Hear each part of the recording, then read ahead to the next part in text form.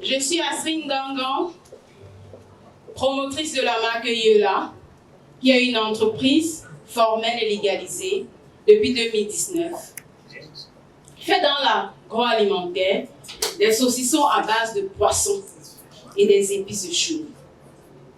Oui. 600 millions de francs CFA.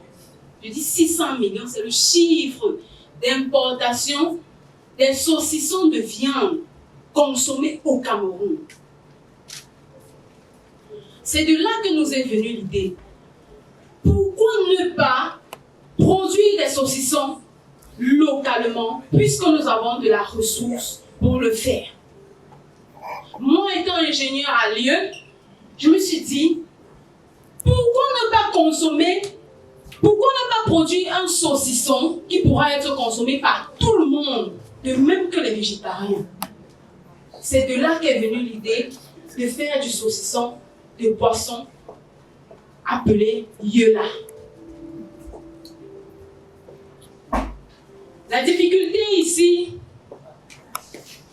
lorsque nous produisons ces saucissons de poisson, qui est testé dans des laboratoires et approuvé dans des laboratoires certifiés, parce que là, nous avons des certificats que nous faisons de façon trimestrielle au centre Louis Pasteur. Ce saucisson est breveté par l'OAPI, étiqueté selon la norme NC04 de la norme.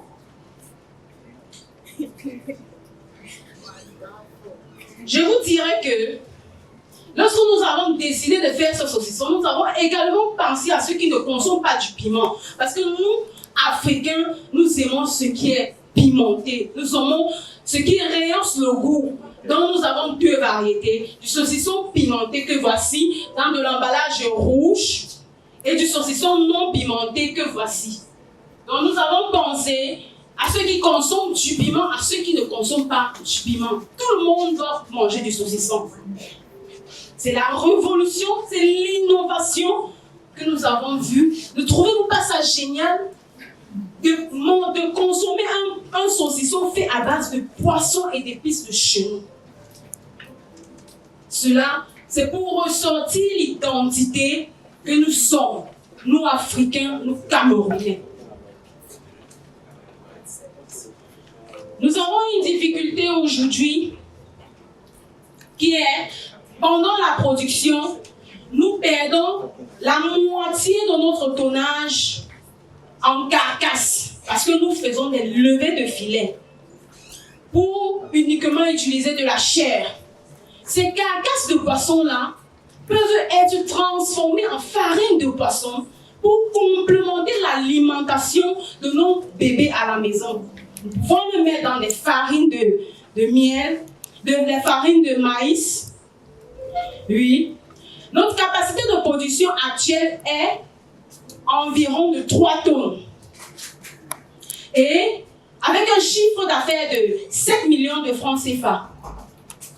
Je vous rappelle que nous consommons des saucissons venant d'ailleurs de 600 millions de francs CFA.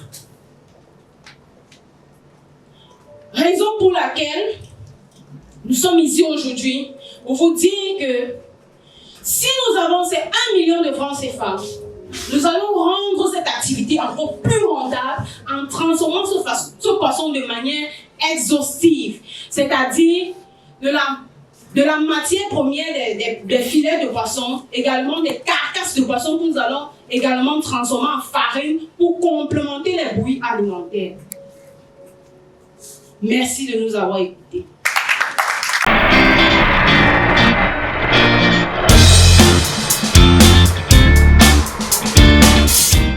Oui, merci à Astrid, c'est ça? Astrid? Oui, c'est Astrid.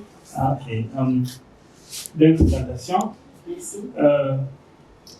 On a même ceci, je comprends que vous avez déjà la certification. Oui. Ça veut dire vous êtes déjà sur le marché et 7 millions de francs CFA chiffre d'affaires. Oui, nous sommes déjà dans des grandes surfaces telles que Carrefour, Market, Grand Mall. Oui. Et ça fait déjà combien d'années que vous faites ça? Ça fait déjà, c'est depuis 2019, ça va faire 3 ans déjà. 3 ans, ok, Oui. c'est encore une start-up. Oui. Mais vous êtes déjà sur les chiffres d'affaires de 7 millions. Donc 1 million, c'est 1 million de francs CFA. Je demande même une question comme je demandais les autres. Oui. Si vous êtes déjà sur 7 millions de francs CFA, Oui. pourquoi est-ce que vous voulez les 1 million que les autres peuvent se débrouiller avec pour se lancer aussi, comme vous? Je répondrai simplement à cette question en disant que ces 1 million de francs CFA vont davantage nous booster, comme je vous ai dit. Et avec les objectifs que nous avons à atteindre, nous ne sommes que dans 10 supermarchés actuellement. Et vous convenez avec moi qu'il y en a assez de supermarchés. Nous avons pour vision de saturer le marché, le triangle national, la sous-région CEMAC et l'Afrique tout entière. Et pour cela, nous avons besoin des fonds pour le faire. Et secondo, je disais aussi que nous transformons près de la moitié de notre matière première, les carcasses, les têtes de poisson, les arrêts et autres, ne sont pas transformés parce que nous n'avons pas encore les moyens d'acheter des équipements qui pourront le transformer en farine réutilisable pour les bouillies infantiles. Donc, ça sera vraiment très important pour nous d'avoir ces 1 million de francs CFA. Pas mal de bénéfices, c'est ça. Oui. Oui, donc ça coûte combien la production et vous vendez à combien, de transportation et tout ça. Donc, on a un peu de bénéfices. Ok. Ça, ce sont les barres. Les barres que vous avez en main, ce sont les barres de 450 grammes, déjà. Nous avons les marges de 20% là-bas pour les différents référencements dans les supermarchés. Oui. Et là-bas, nous avons 350 francs par barre. Donc, lorsque nous produisons comme ça, nous avons 350 francs par barre. Donc, vous produisez à combien et vous vendez à combien? On vend à 3500. Oui. Et on produit à 2100 francs environ. Oui, puisqu'on donne une marge de 20% au supermarché qui est évaluée à 700 francs, je dirais. Ok, merci. Oui. Et pour la santé, je sais que vous êtes déjà certifié, mais oui. Comment est-ce que vous allez me garantir que si je mange ça, je ne serai pas malade? Je vais juste vous montrer des examens, des analyses que nous avons fait dans des laboratoires certifiés tels que le Centre Pasteur, qui prouvent réellement que ce produit est sain pour la santé. Et en dehors de ça, lorsque nous communiquons sur le produit, généralement, par notre page Facebook, par exemple, nous leur montrons l'environnement de production de nos saucissons et nous leur rassurons, pour leur rassurer en fait que nous produisons dans des conditions, les conditions hygiéniques, tout en respectant les bonnes pratiques d'hygiène. Astrid. Oui, madame. Okay. Wonderful presentation. I think the presentation is cool. Like you kind of like demonstrate some level of passion, you're all in it. You really want to go on with this 1 million francs, right? Man, let's talk a little bit about ethics. Because actually so our motto is actually ethical entrepreneurship for Africa. Okay. So how do you ensure that you're actually ethical when it comes to business? L'éthique, comment est-ce que nous le démontrons dans notre entreprise?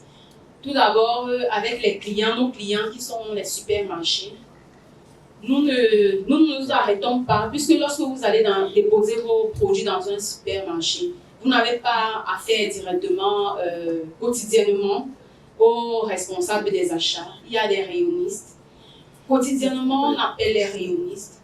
En dehors même de l'entreprise, puisque nous avons des numéros, sur les statuts, par exemple, si peut-être je vois une mauvaise nouvelle, j'appelle, je demande qu'est-ce qui ne va pas, comment est-ce que ça va et tout ça. Ce qui fait en sorte que la relation est encore un peu plus approfondie et familiale.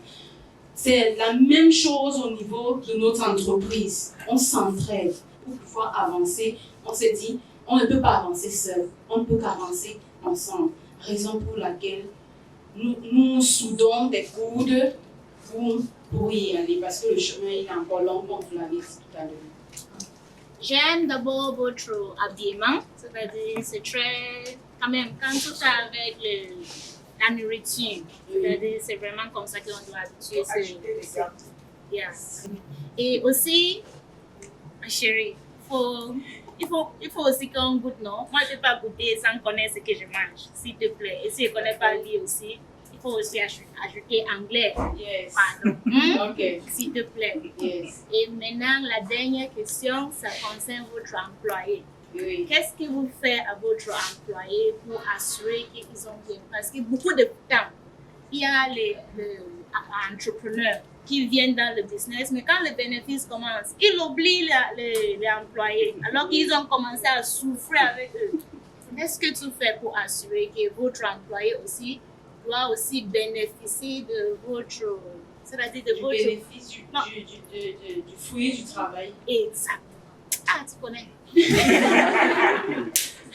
Ce que nous faisons dans notre entreprise pour que notre employé bénéficie du fruit de notre travail, déjà ceux avec qui on travaille déjà depuis le début de l'aventure, d'ici cette fin d'année, nous allons tous leur passer comme des actionnaires.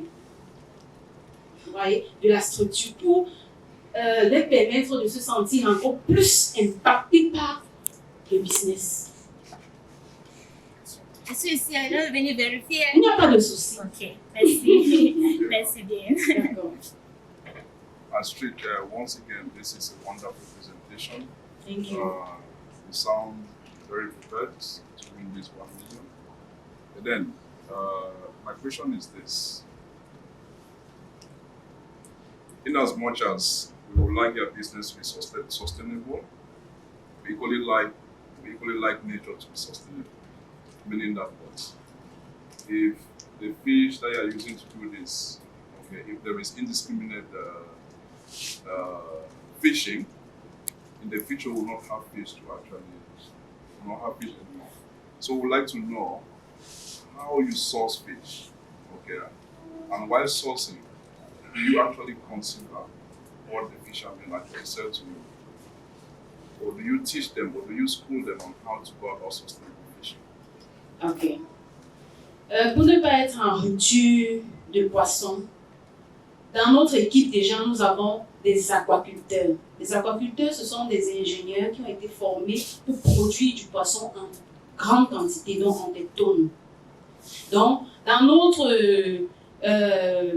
post-développement de la recherche, nous allons mettre sur pied dans l'avenir, avec la demande qui va grandir, nous allons mettre sur pied dans l'avenir des étangs à perte de vue. Des étangs où il y aura des poissons qu'on va élever. Ces poissons qu'on va élever, on va les transformer ensuite. Et on va faire cela en cycle pour ne pas perdre, pour ne pas être en rupture de stock. Donc c'est ce qu'on a prévu faire. That's a future outlook. Yes. But presently, where do you source your Pour présentement, nous sommes en collaboration avec des aquaculteurs toujours qui produisent du poisson.